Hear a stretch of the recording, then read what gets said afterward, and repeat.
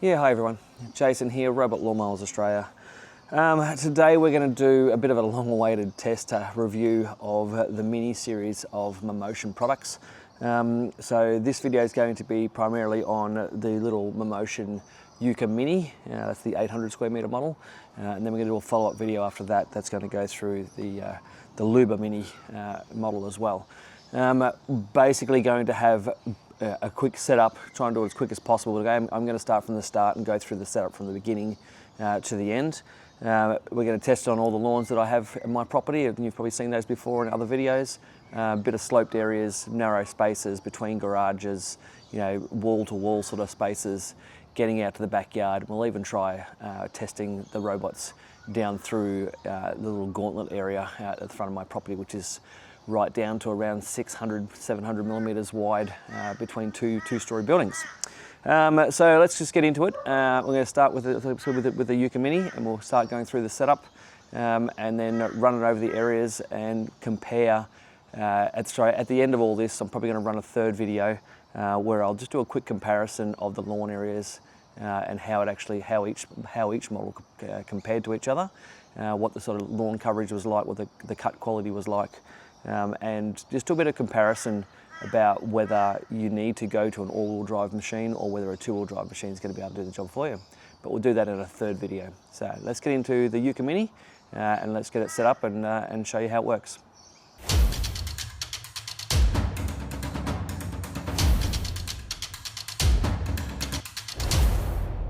Okay, so first things first, here's the charging station set up now. I'm not going to get too into this, to tell you the truth, but we just got to make sure that the charging station is installed on a nice flat area. If anything, you want the charging station to slope slightly backwards or dead flat, but not sloping forwards at all if you can get away with it. Preferably on something on even some more solid ground than the grass if you can, but on the grass is fine. And how that is right now, it's really not that bad. It's perfectly okay. The cable coming out of the charging station now plugs directly into the transformer and plug that into a power point. Again, I'm not going to go through too much detail in that stuff. Everyone's done that plenty of times before. The RTK antenna. So like always, guys, the most important thing about every single installation of a wireless robot mower is the location of your RTK antenna. Now, I've got this temporarily strapped up here on top of this post because it's nice and easy for me to do so. But you really want that antenna to have as big a view, as best view possible of the sky, and that really is, you know, as much as possible. So at the moment, you know, I've still got houses and things that are right next to me here that are actually going to obstruct the satellite signal. There's trees off in the distance on the backside over there as well. This is not really an ideal spot for the antenna. Preferably, I would actually much rather have it up on top of the point of this roof here. Somewhere where it's actually got a better view of the sky, but it does work perfectly fine here as well. So but my advice to everyone is that you install it permanently in the best location possible, and that generally is on the roof somewhere, but it can be an open space somewhere else if need be. These particular machines only come with that short pole, and have a look at my unboxing video when it comes to how it all goes together. But yeah, you only get that little short pole, which has got the little plastic base on the bottom there, so you can bolt it down flat onto something or onto the side of a roof somewhere. So that's the antenna, and at the moment I've got that antenna plugged in a separate power supply. So down here you can see there's a little power supply there which is for the antenna plugged into the power point, and then this power supply here sitting on top of the Segway is the power supply for the charging station. So that's just the physical installation, guys. Let's flick over to pairing the robot with your account. So firstly, you need to obviously get the Mammotion app. So you just search and for the Mammotion app and you'll find it. And once you get it fired up and get an account set up, it'll look something like what I've got on the screen here. So basically all you'll see when you first sign up is a page like that where it says where you haven't added any robots. Once you've added robots, you can swipe to the side there if you've got more than one robot like we have. We have lots of robots, but that's okay. Then you will be able to swipe left and right to actually see those robots. To add your new robot, you need to make sure that the robot is turned on, and this one is turned on, and you can tell that via the little light here on the top here as well. And also this little indicator here is actually a battery indicator. So hopefully you can see that on the camera there, but it's fully charged. It's 4 bars. So that lights up and that lights up. And also on top of the charging station itself, there's also a flashing light to say that it's powered up. And also the lights on the side here are green as well, if you can't see that as well. Okay, so unit's powered up. We're going to go into the app and we're just going to hit Add Robot. Then it's going to give you a choice of which one down the bottom you can add manually, or because it picks it up via Bluetooth, it's just automatically showing us which ones are available. So we're going to pick the YUKA Mini there. We're going to add that to the account. Okay, it's now asking us to connect it to Wi-Fi, so it's going to search for our Wi-Fi networks. And we're going to pick our Wi-Fi here.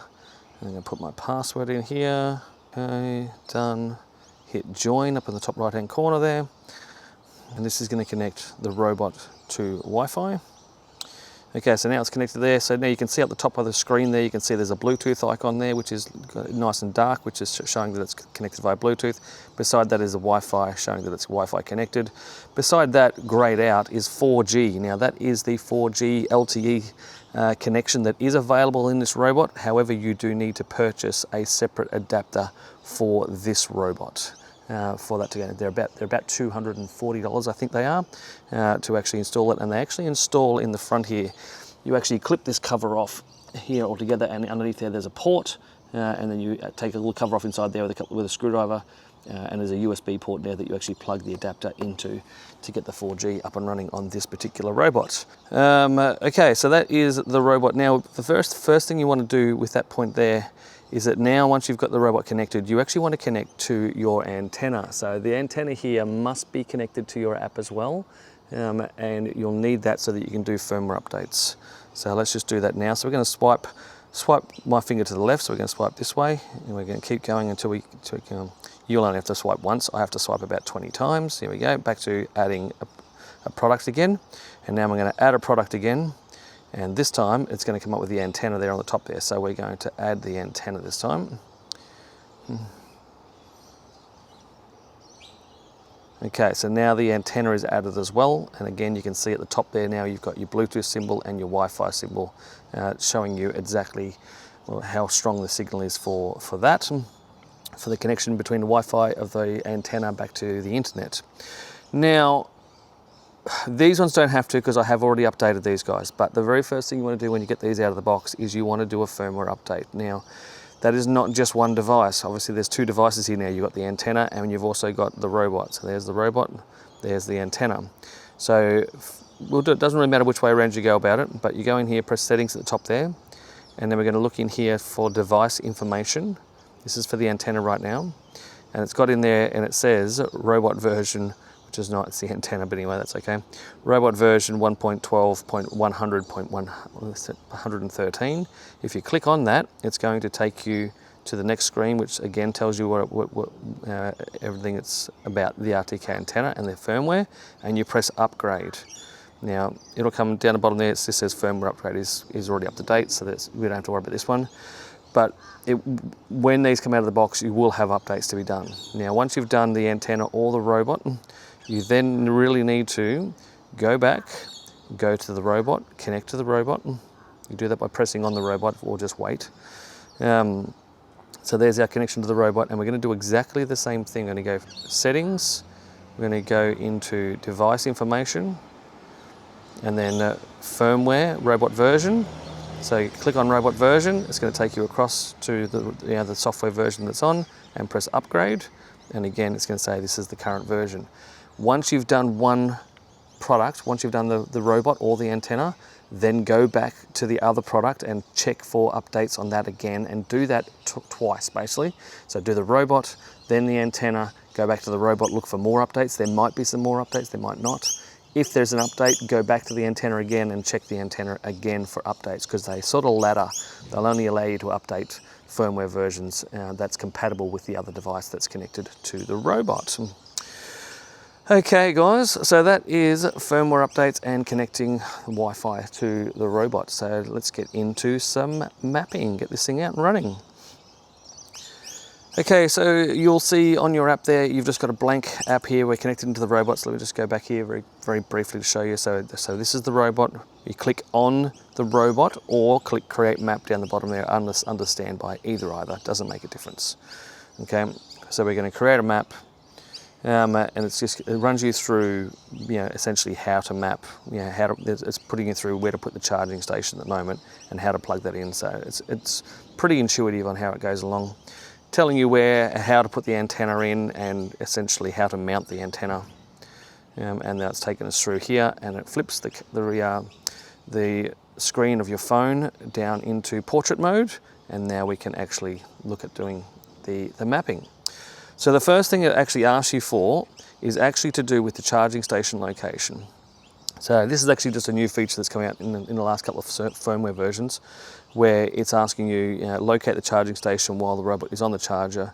Do not stand in front of it, basically. So this is essentially locating allowing the robot to locate where it currently is on its charging station.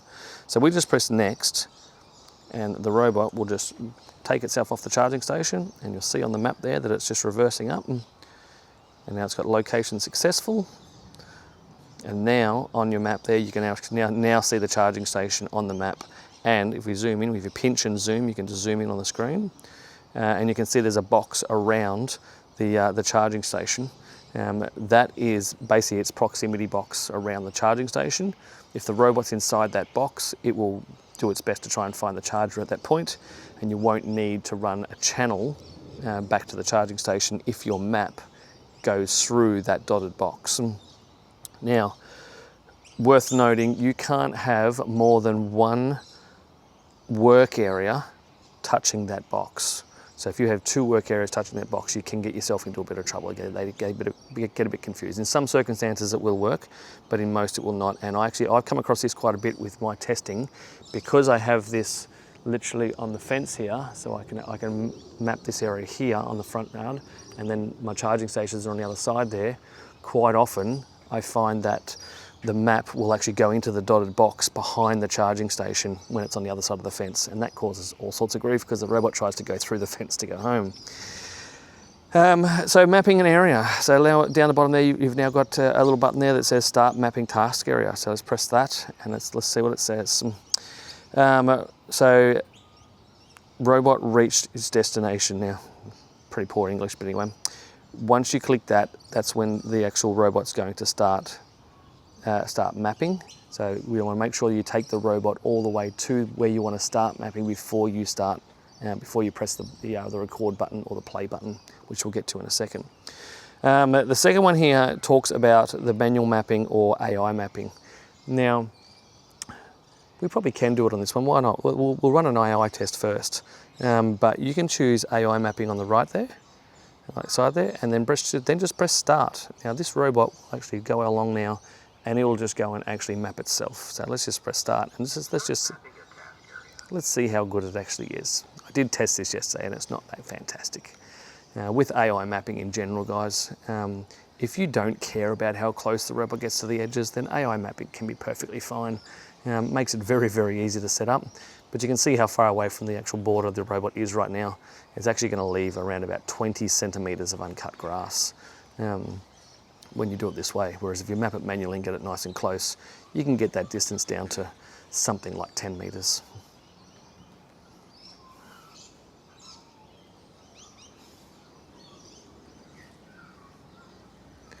That's another interesting spot there. So because that little branch from the garden there is coming out, it actually mapped out and around that little bit there. Struggling a little bit with the slope on the side of that bit of grass there, but it corrected itself okay. Worth noting today that we've had quite a bit of rain recently, so everything is absolutely saturated wet today. Oh, there we go. It's failed already. When it pull itself back, we'll give him a little hand. Give him just a little help there to get back on track. There we go. And he'll continue mapping now. But no, he still wants to jump over it.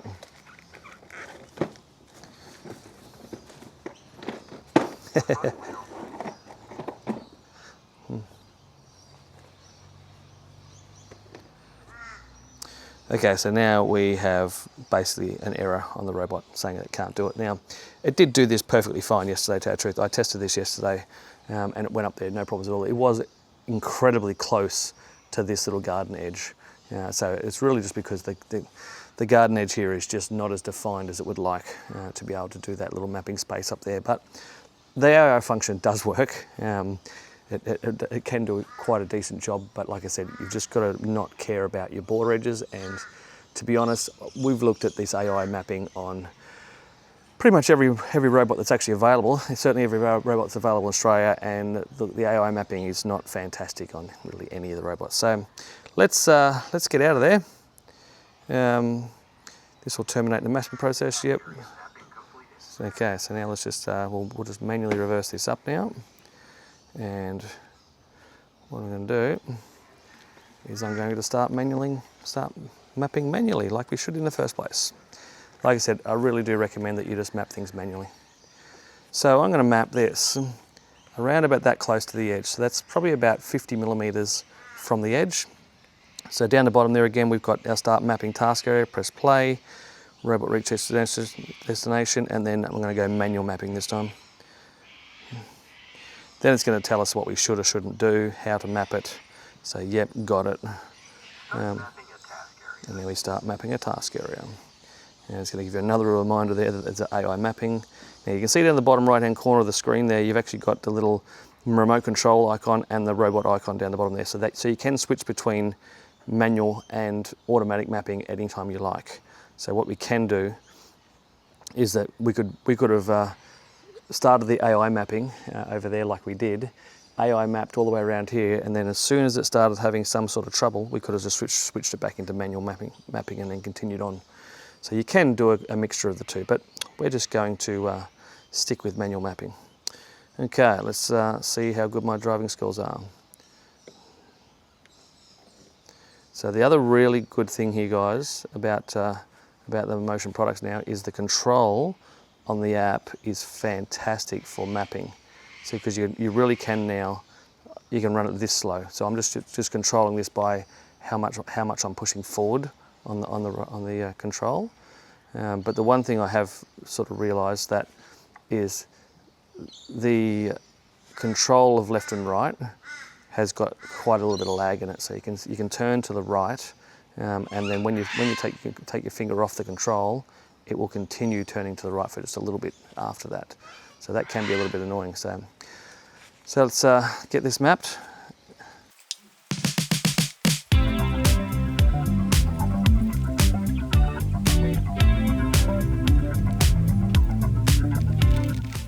So once you get to the end, or back to the start there, it will stop all by itself like that and come up on the screen there and say task mapping is completed, save or discard. So you can discard and start again if you're not happy, or you can just hit save, and that will now give you the task area. So there it is there, there's the map that we just created. See the charging station on the screen, and now what you can see is the 4 icons down the bottom of the screen there, which talks about whether you want to mow, manually control, create an area, or edit an area. So what we're going to do is that I'm going to show you very quickly no-go zones, because that's just one of those things. So inside your mapping area, if you've got an area you don't want to mow, like for instance possibly around the base of this tree here, I don't usually put a no-go zone around this particular tree because robots can see that, no problems at all. But if you've got ponds and gardens and things like that where you don't want to actually don't want the robot to mow, then you can set up no-go zones around them. So to do that, we're just going to create. It brings up 4 more icons, whether it's an area, a no-go zone, a channel, or a pattern.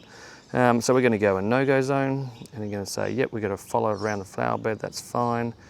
So what you do now is that you don't want to press play just yet, because it'll start recording right now if you press play now, is you want to take it to where you want to map from. So take our robot right up to the edge of where we want to start mapping, and then press start mapping a no-go zone. And then we very, very carefully turn ourselves around. So you can be rather close to these things. It really comes down to what the edge of the obstacle really is, whether you can afford for the robot to actually bump into it or not.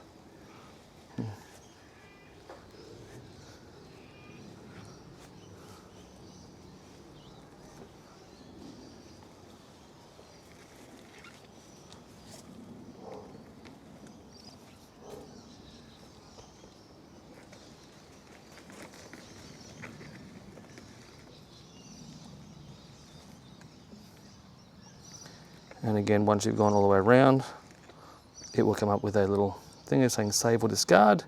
We're going to save that. No-go zone mapping complete. And if we zoom in, pinch and zoom in, we can see there's now a little yellow area there around the side there. I'll get the robot out of the way. And you can see there's now a little no-go zone on the map. So right now we can just send the robot home, which is the icon there on the right-hand side. You've got those 4 icons on the right for turning the headlights on. The top one with the little charge station with the lightning bolt in it is the return to charge station. So we can return that to the charge station. So it comes up and asks you if you want to confirm that. Yes, we confirm that. And the robot heads off back to the charging station.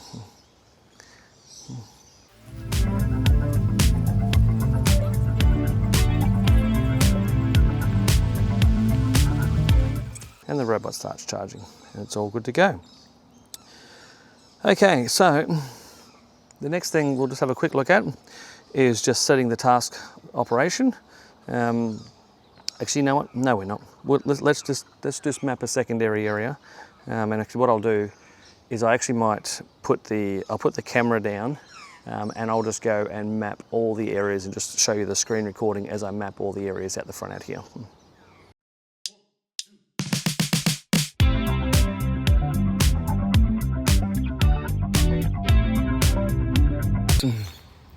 So back to the robot, we will run this guy across all 3 lawns, and we'll take some footage as it goes and see how it performs. Okay, so to get the robot mowing, what we need to do is simply this. We either on this screen or on the previous screen. Now, if I press mow here, it's actually going to ask me, it's going to say it's going to convert back to portrait mode. And that is essentially just going back. I'm going to cancel there. If we press back on the top left-hand corner there, it takes us back to portrait mode. And I'll just turn my phone around here. And this is essentially the same screen, but just in portrait mode. And it requires that so you can set the settings when you're going through. You can see the robot at the top there is charging. It's at 94% charge. So down the very bottom here, I just press the mow button. Just press the play button down the bottom. Press the play and it asks you, it says, what areas do you want to mow? Well, I want to mow them all. So I'm going to say all of them. Oh, actually, you know what? Oh, we forgot a step, people. Who was yelling at me saying, you haven't set the grass height yet? On the YUKA Mini, the grass height adjustment is this dial. It is not electronically set like most robots are these days. Obviously, these guys they're built for a price, and the price is incredibly good, mind you. But on the top there, you've got a little arrow here, and it shows you whether it's what height you want the grass to mow at. And I'm going to mow it at, we might go at about 35, which is about there, which should just take the top off this grass here, I'd say. Yeah, we'll go at 35 and see how we go. I might change it as we go along. So you must set that height adjustment manually, and it stays at that height all the time. It never ever changes unless you physically go and change it. Now we'll go back to the app, people. Okay, so we're going to hit. Okay, so I've already selected the areas. We might just go back here, eh? Go back into here. We're going to go mow. You're going to select all areas. So it's going to select all, or you can select 1 or 2 or none of them, whatever it might be. You can select whichever area you want to mow. And it also tells you that it's going to mow area 1, 2, and 3 in that order. I think you can change it actually, because you can mow 3, 2, 1, can't you? Yeah, so you can actually change the order in which it mows. So those numbers on the screen there now are telling you what order it's going to mow in. It's going to go across and do the furthest one first, which is fine. We might actually leave it that way, to tell you the truth. And we're going to go confirm. And now it comes up, it tells you, so you've got 3 areas selected, and the settings are set to default. It also tells you the time it's going to take to mow. So it's got the total area of 104 square meters, and it's going to take 107 minutes to mow. So essentially, it's only going to mow around about 60 square meters per hour in this scenario. And also on the screen up there, you also see, if we zoom in on these, you can actually see exactly what the robot's going to do when it mows. You can see all the dark lines in the middle area is the path that's going to take when it actually mows up and down in lines, and the white ones on the outside are the border cuts. So that's what it does by default, okay? That's the default settings. We'll have a quick look at the custom settings in here, guys. There's not as many custom settings as there used to be on the LUBA products, but enough, and they've made it simple so people can understand it. Okay, so all we do is go into the settings where it says default there. We'll just go into there. Now it brings up what other options we have. So you have your cutting angle, and we'll go into that one. So you have optimal, customize, or random. Now, optimal means it's just going to take the most efficient route on that lawn, and in this lawn's scenario, that means it's going to go up and down the lawn like this. That's the most efficient path it has. Or we press customize, and if we go customize, it then allows you to set the angle based on a north compass. So you can see the compass on the top right hand corner of that little grassed area on the app there. So you need to know where north is. Stand, face north, like I basically am. Where are we? I think we are north is about there for me. All right, so I'm going to face north, and then I can actually adjust this cutting angle left and right and actually show it. So if I want to go this way, it'll be almost true north, and if I want to go east west, it's going to be this way. So it basically just allows you to set it to whichever way you want. It'd be nice if it was showing that on the actual map, so you could see what angle is going to be on your actual map, but it doesn't. So you've just got to work out where your true north is, and then work out and stand that way, and just look at it. Or you can select random. Now, random just means that it will change every time it goes out. So it might leave this time and go straight up and down, like I said before, and then the next time it comes out, it might do it this way, then it might do it this way, then it might do it that way. It'll just change itself randomly. And personally, I think that is the best setting to have, depending on your grassed area. If you've got areas where the mower can only mow in a certain direction because there's slopes or something like that, or it's really long and narrow, then probably don't use that setting. But if it's an open area, then using a random path will stop the robot from leaving any permanent tracks in the grass. I'm going to leave it at random, see how that goes. Then we have our perimeter mowing. So click on that perimeter mowing, so you can only enable or disable. So you see that if I disable it, it takes the perimeter laps off the boundary, and if I put it back on, it goes on again. And at this point in time, with this firmware version that is installed right now, it will do 3 laps around the edge. So it'll actually do 3 border cuts around the edge and come in. For the YUKA Mini, it's probably still only about 50 to 60 centimeters that it actually mows on the border, and then it will do the rest of the cut. Will just be a zigzag cut in the middle. So we'll leave the border cuts on. Obstacle detection mode. Now this is a bit of a contentious one for people.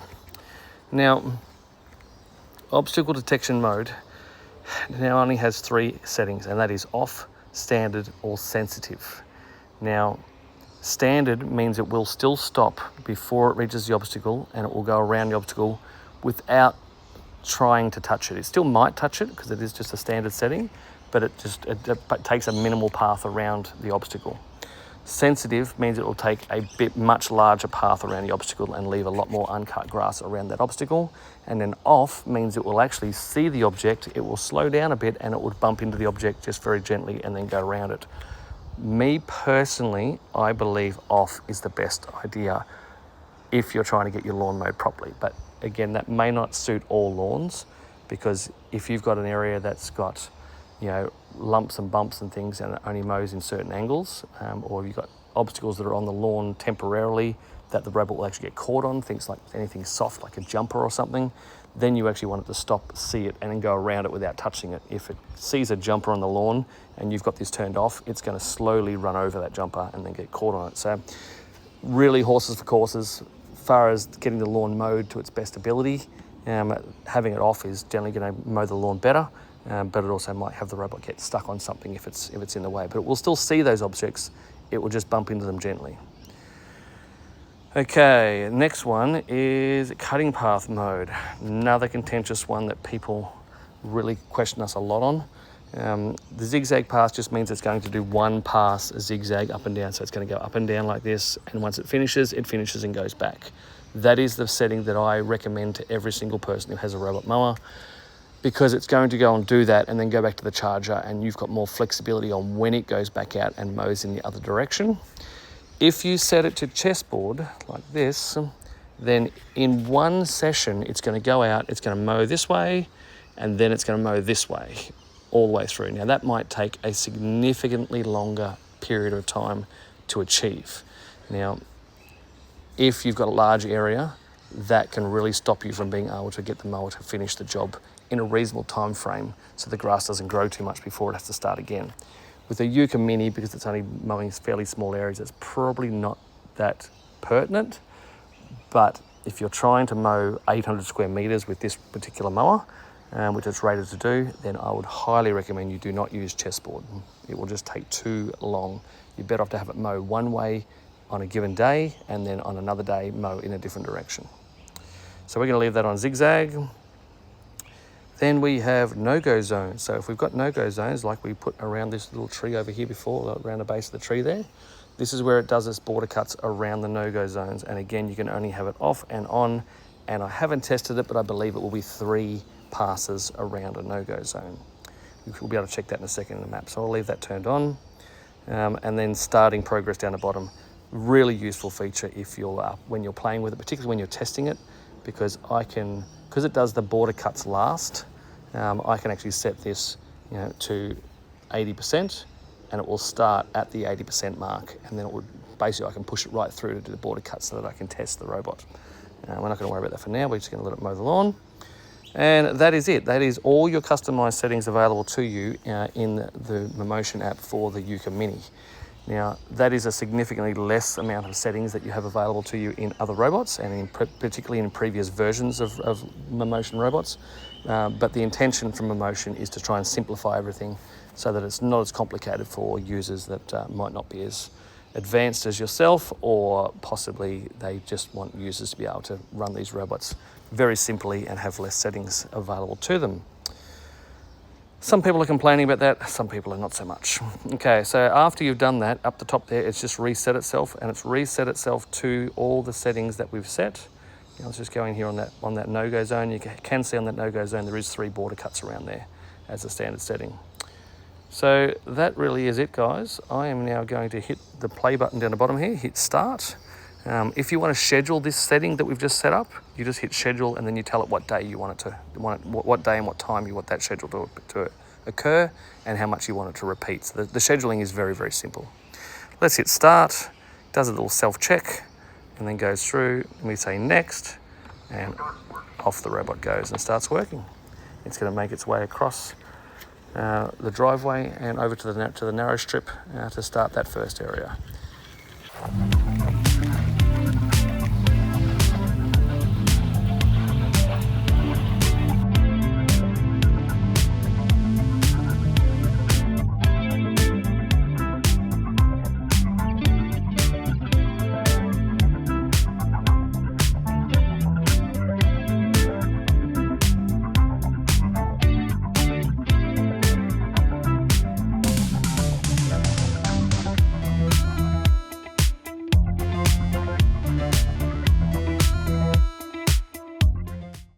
Okay, so we're currently 12% complete of mowing the entire 3 areas.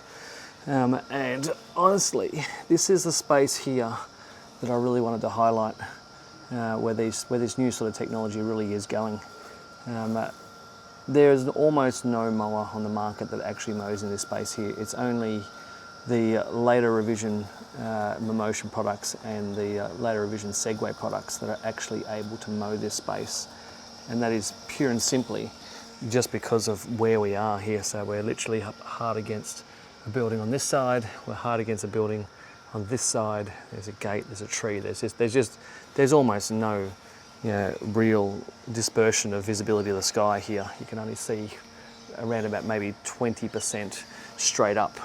So it's these sorts of locations where the GPS technology really theoretically just doesn't work. So this is where the camera systems actually come in and actually clean these places and actually allow these mowers to actually mow in a space such as this. So look, honestly, it's a bit of a hats off to the developers that are actually developing these products, particularly the ones that have got depth perception in the camera systems. So whether that's been programmed through VSLAM, or whether it's just a 3D perception like Mammotion use, but they essentially map their systems in their little memories, so they can actually see where they are at any given time. And this is the very first time it's mowing this space, so I would highly expect that it would actually get better, not worse, when it comes to once it's mowed this space a few times. it'll actually start remembering exactly what's actually in here. So, like I said, the technology really is fantastic. It is bouncing around a little bit here and there, like just did a little maneuver there that was unrequired.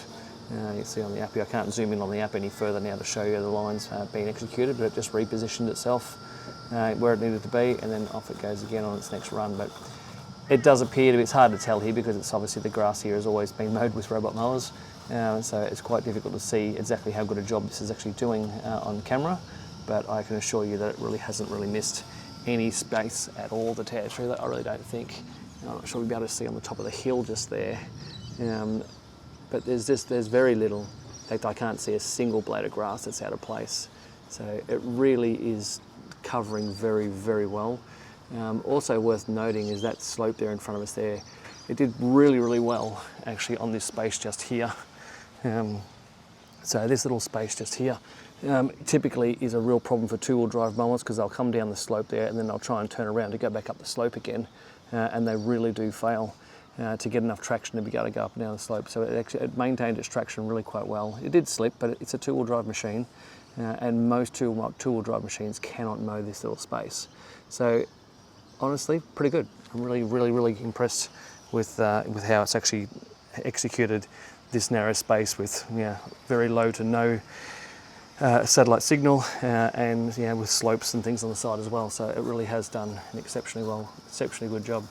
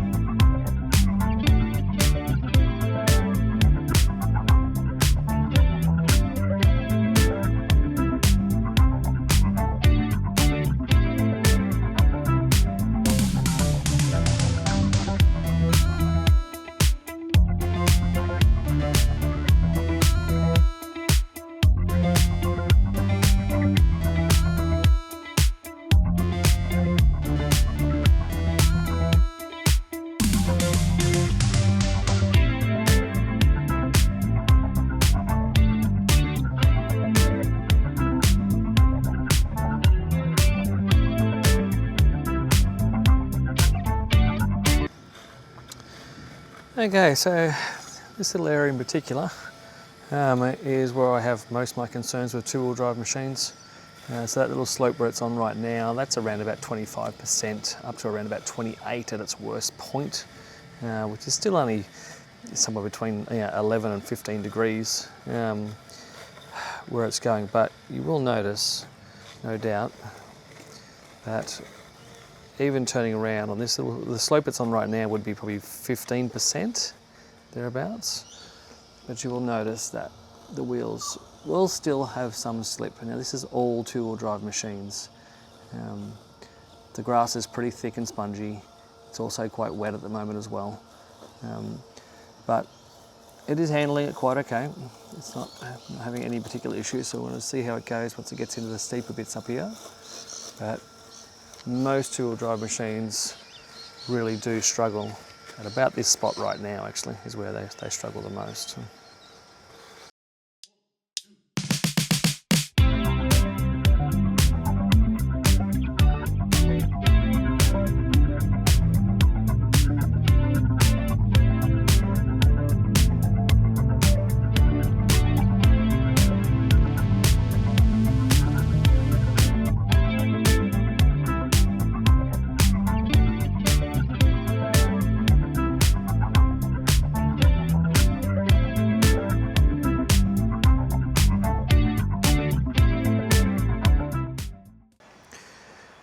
Okay, so the next thing I want to do is I'm going to create an isolated zone. So that is a zone essentially where the robot's unable to travel through it.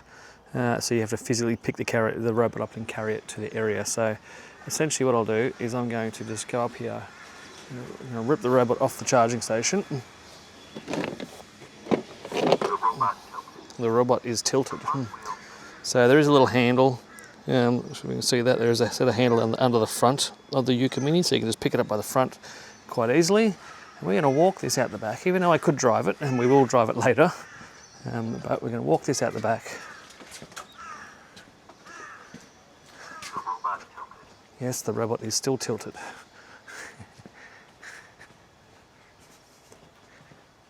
And then it doesn't really matter where this area is, obviously, as long as it's got some view of the sky, you can just dump the robot back down. Dump the robot back down on the ground.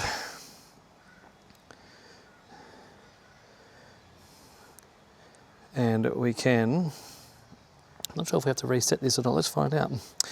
So we're going to go into manual right now. We'll just see if we can just manually control that. No, we're not. It's actually telling us that we do need to press the stop start button or so on here. So if we just press, let's just press the start button, see if that clears it. I actually don't know what we're supposed to do to clear it, to tell you the truth, because we're outside of an area now. So what if we just try and start mapping? So if I go into back onto the app here, and we just hit the map button, and then we say create an area, and create an area. Oh yeah, it's going to let us do it. That's good. Okay, so we just go straight, even though the robot's in error, we go in there and say, yeah, okay, we're going to create an area. Yes, that's fine. And can we, no, we still can't remote control it. What if we click on here? So it says here, emergency stop activated, robot is locked due to the stop button being triggered, press the grass and then the start button. Okay, we do that, grass and then start, that's fine, it'll do that, but then it's going to throw another error, surely, to say that it's outside of its area, which it is, that's okay. All right, so we can control it now, so that's all that really matters. Just do this. Okay, so all I'm going to do here with this area here in my backyard here is I'm actually only going to only do a very small area, to tell you the truth. How do we can't, that's as far back as it goes, right? I'm only going to just do a very small area here because I want to leave this, just do half of this and leave the other half for the LUBA Mini test. So what I'm going to do is I'm going to remote this back over here, like such, into this corner. I'm taking just off the grass, like such, and I'm going to start mapping. Manual. Start mapping a task area. That's exactly what I want to do.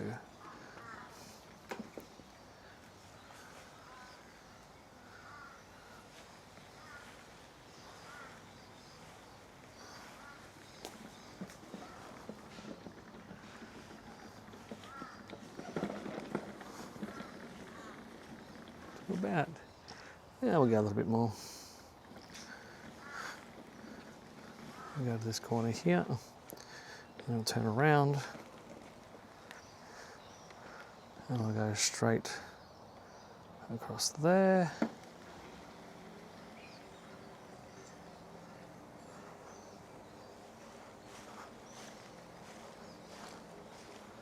Turn this, and finish off the area.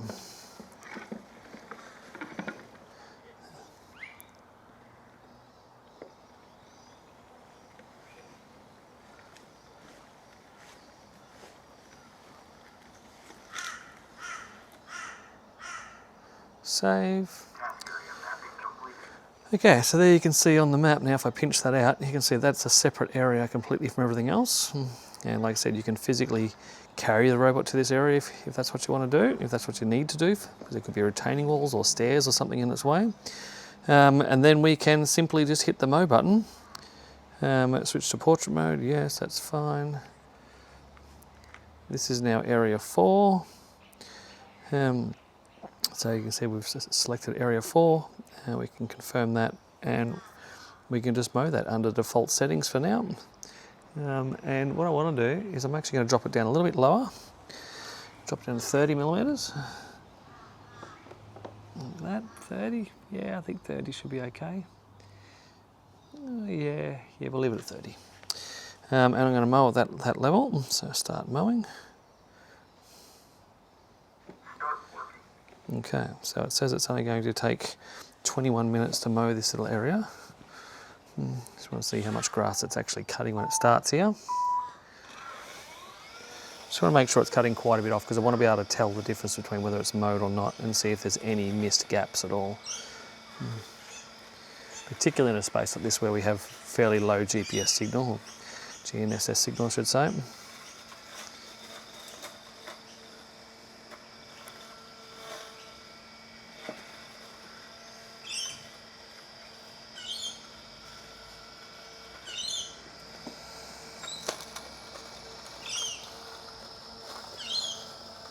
Yeah, I think that should be just fine. I can tell quite clearly where it's mowed and where it hasn't. The backyard hasn't been mowed for quite a few days now. So I'm going to let that mow through. I'm not going to worry about filming it all the way through. I think you've seen enough footage of the robot cutting grass. There's the map of what it's actually going to do. But I'm going to let that mow through and I'll come back to you afterwards and we'll just have a look at what quality of the mowing is and how well it's covered this area. And then we're going to look at doing a pathway back to the front yard and seeing how well it travels on the pathways and how accurately it travels on the pathways, particularly down where there's very little GNSS signal.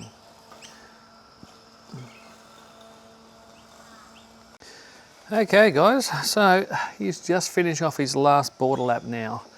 And honestly, the coverage on here is pretty fantastic. I'll be honest, I haven't seen a single disc RTK driven mower probably do as good a job as that just did. It really hasn't missed anything. There is, you won't be able to see it, but there's about 3 or 4 blades of grass over there that are not cut. It's pretty much done everything pretty well, flawlessly. Gets right up close to the edge, so along this edge here is probably the best one you can see, where the wheel, the actual outside of the wheel was actually, where's my finger here? So the outside of the wheel was just literally running up against the edge of that, so it was hard up against the edge. And then it leaves about 10 centimetres of uncut grass, which is what you'd expect out of a robot with a single disc in the middle. And we'll talk about that a little bit at the end. You can see there that it completed the task.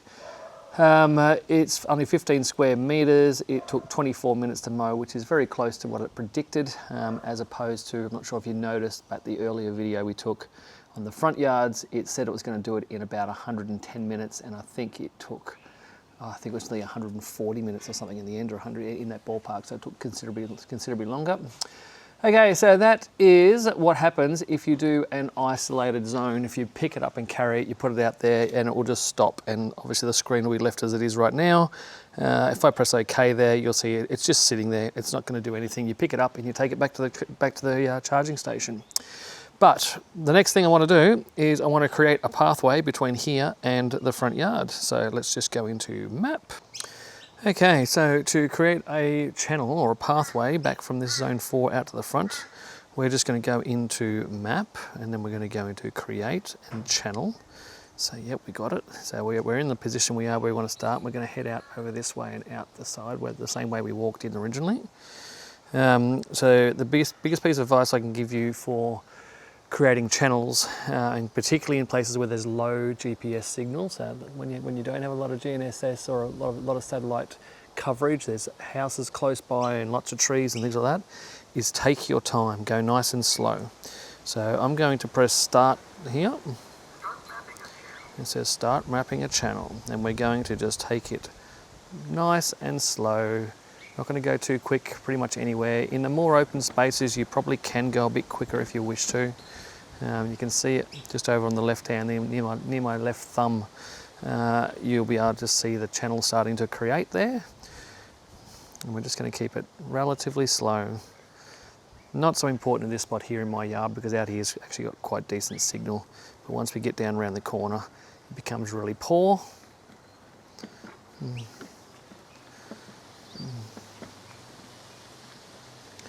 Takes a bit of time, and yes, it's, you know, if you're impatient like I am, it gets frustrating to actually travel so slow, but it really is. It will really thank you in the long run. You'll get a far more accurate channel out of it, and hopefully you'll get a lot. The robot will pass through that channel far more accurately and more reliably.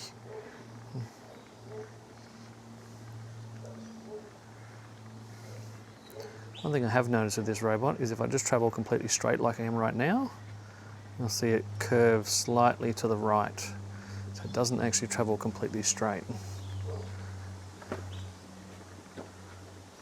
this is the spot where it gets really quite bad. So we also like to stay a little bit further back from the robot when we're doing channels like this, because you don't want to use your actual body to block satellite vision while you're actually creating the map.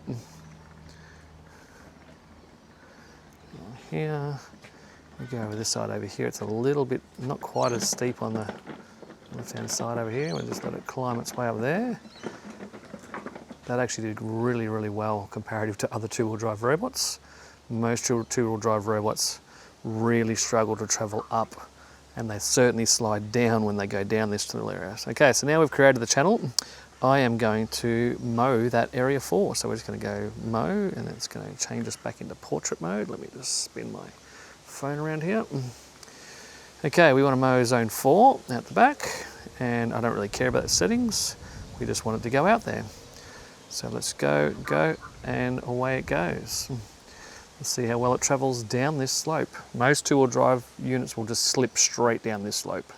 Quite often they'll find themselves off course when they do that as well, but I was about to say, he started off very controlled. He's trying to just straighten his nose up now. Oh, yeah, he's getting there, it's okay. That was relatively controlled for a two-wheel drive machine going down there. I'm quite impressed.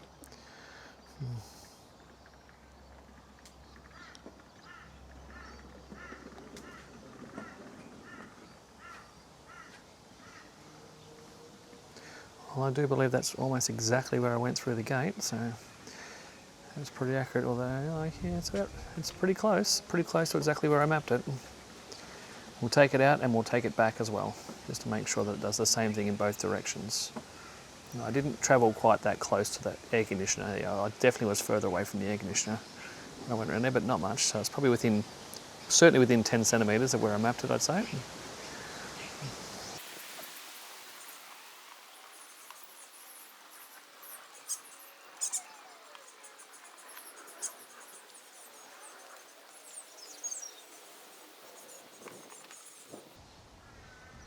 Okay, that was really, really quite good. So we're getting to get there. We're going to stop there, so pause the task, end the task. Then I'm going to send it home. Start recharging.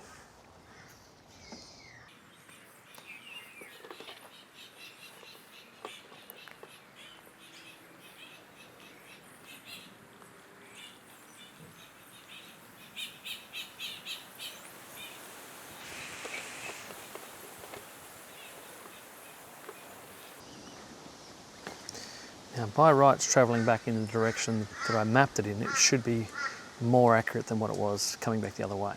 But let's find out.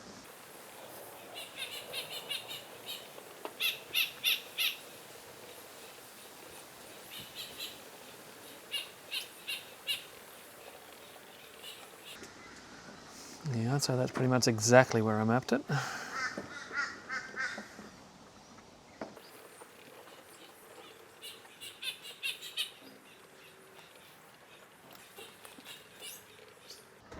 Oh, it touched the gate. Okay, so it definitely pushed itself out, maybe 10 centimetres to the left there, which was also the same. That was the same direction going the other direction as well. So it's still within 10 centimetres. It's still generally more accurate than pretty much anything else on the market. It's also a bit further over on this side with going up there as well. So all in all, that was really, really good. It's still around about 10 centimetres inaccurate when it starts losing the GPS signal through the areas. It's going to make its way back up to the charger. I'll just let that go, and yeah, we might do a little wrap up on the video, and I'll go through everything. But yeah, look, when it came through here, like I said, when it comes through this side, it was definitely 10 centimetres to that side, and then when it came back the other way, down here, it was about 10 centimetres to that side. But honestly, that's probably still about the most accurate passing I've seen through that space. Yeah, certainly about as good as it gets. Okay, so I thought I might just wrap things up.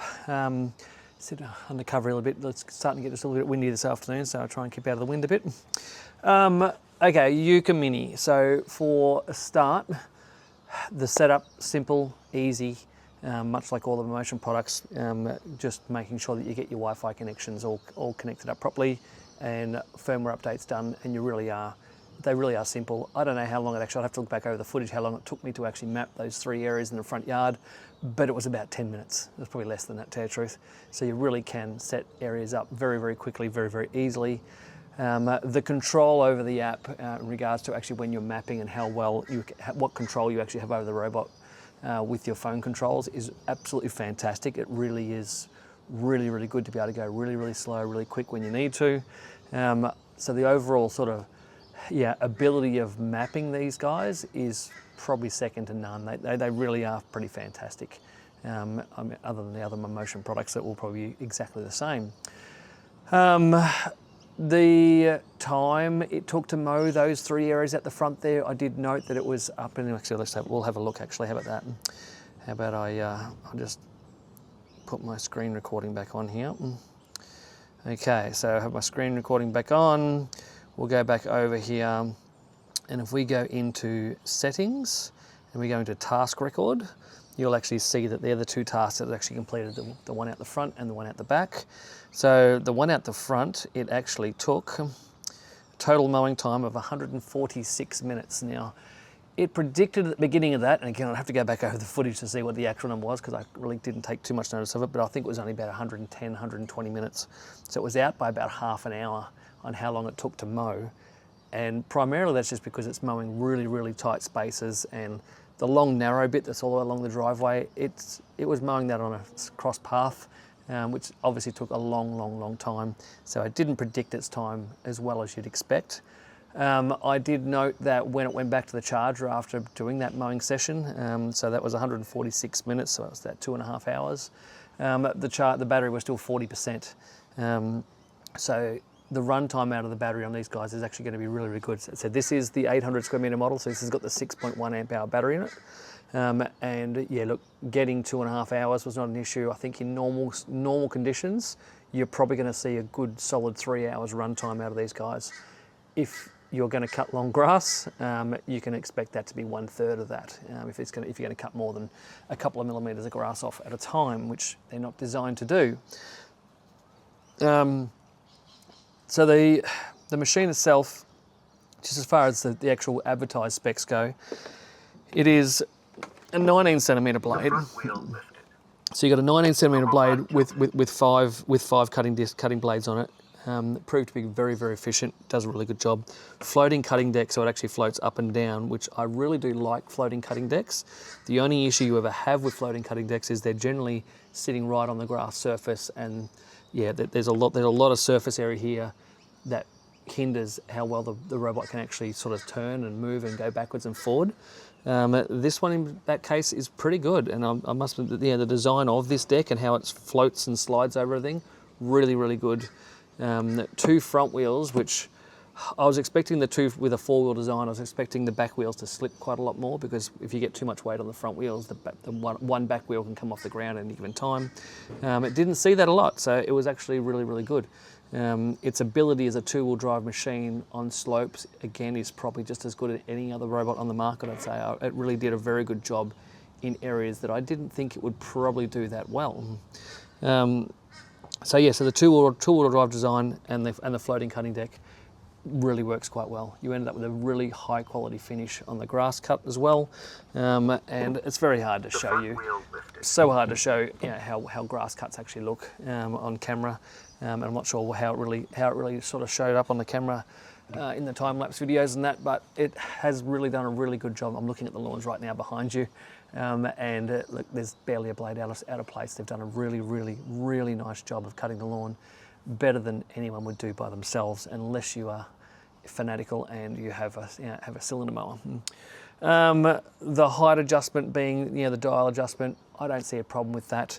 The only issue you ever see any conversation about that is when it needs to traverse from area to area. Obviously the cutting system is still down low, whereas other machines have got the ability to raise the cutting system, then travel to the next area and then drop it back down again, as well as having different cutting heights on different lawns. You cannot do that with this machine. Yeah, look, in general terms, it's done a fantastic job. Mowing the area down between the two carports where next to no robot can work, let alone mow it very well. It actually didn't miss pretty much a blade of grass down there either, done a fantastic job.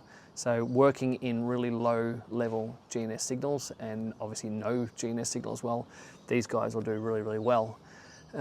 Traversing up and down that rickety sloped area I have down there between my front and backyard, again for a two-wheel drive machine, probably did better than most two-wheel drive machines I've seen, if not all of them.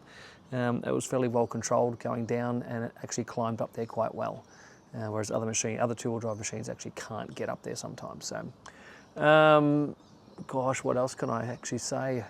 I really just generally think it's actually a pretty damn good machine. Yet to actually do the testing on the LUBA Mini. I'm going to do that right after this video, and I expect it to probably be a little bit of a step up again, but we'll see that. We'll just watch the next video and find out. There's one of all the features and settings in the machine, so I don't think I can do that now because we've got it sitting here. If I just reset that machine, we'll just see if we can't start a task. Oh, we got task right out, and so if I go in here and go confirm, so in this settings here, there's no setting there to change the travel speed of the robot. So I'm pretty sure, I know LUBAs have got it, I'm pretty sure LUBA Mini has as well. We'll confirm that in the next video. But the speed that was traveling at is it. The overlapping distance that it overlaps, that's it. You can't adjust, you can't make it move faster or slower. It is what it is. Now, the travel speed of it, I will measure it so we can get it right on the website, but it's quite slow. I'd say it's probably in that 0.3, maybe 0.35 meters per second. So it is relatively slow. It's obviously a very small machine, so it's going to be slow. But in general terms, honestly, as a two-wheel drive robot, GNSS navigated, the camera system on the front, I can't fault it too much, to tell you the truth. It's pretty damn good. It's going to take a long time to mow your lawn. That's really the only negative it has. So the mowing per hour time on this robot is, well, in this scenario where I was at the front here, it mowed only about 40 square meters per hour in that ballpark. But obviously it's in a scenario where it's turning a lot. It was on sloped areas as well, slipping a little bit. The best I think you'll see out of these guys is about 80 square meters per hour, mowing in an open space where it's getting a decent long pathway every single time, which generally means that per battery charge, with the 600 square meter model, which only has a 2.4 amp hour battery, 2.4, 2.1, 2 point something battery in it, you're only going to see, an hour to an hour and a half's runtime. I think they're rated 2 hours in their specifications, but I think getting that out of them is going to be a struggle. I'd say more like an hour and a half, which means the 600 square meter model per battery charge is probably only going to mow, in a typical scenario where that's only going to travel 2 or 3 meters before it turns around, it's probably only going to mow something like 80 to 100 square meters per battery charge, thereabouts. So if it needs to go out through your front yard, out through your front gate or something, out and mow your front yard, and you've got 200 square meters, it's going to have to go out there and charge at least somewhere in the middle of that. It's going to go out and charge and then go back out again. So bear that in mind when you're shopping for robot mowers in general. What the capacities are and how many square meters it can mow per battery charge, and then how long that runs for.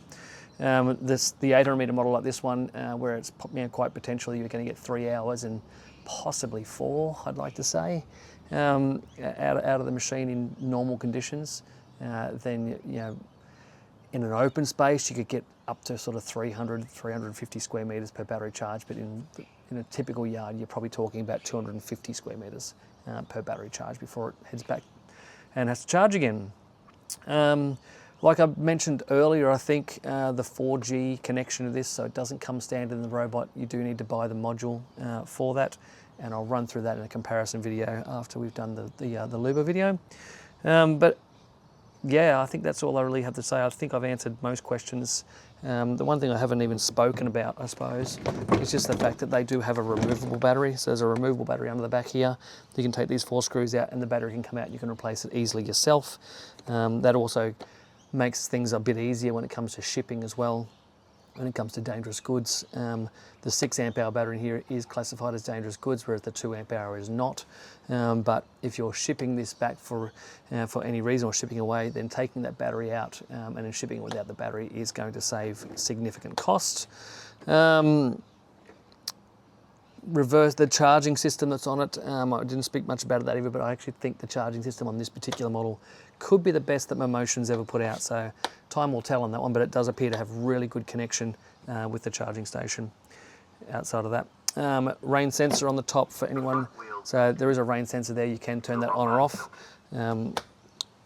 So it'll either, if it's raining, it'll actually just go back and charge for a certain amount, and it will wait until that sensor dries and then wait a while after that before it goes back out. But outside of that, I think that's really all there is to say about this guy, guys. It's made for a price. I think it exceeds expectations when it comes to the price of it. So I really think they're going to be a pretty popular little machine. As always, if you have any questions, you're inside Australia, by all means email us at sales@robotlawnmowers.com.au. Check out our website, guys, www.robotlawnmowers.com.au. Start that again, www.robotlawnmowers.com.au. And check out our socials, Facebook, Instagram, TikTok, on our day-to-day interactions and things like that.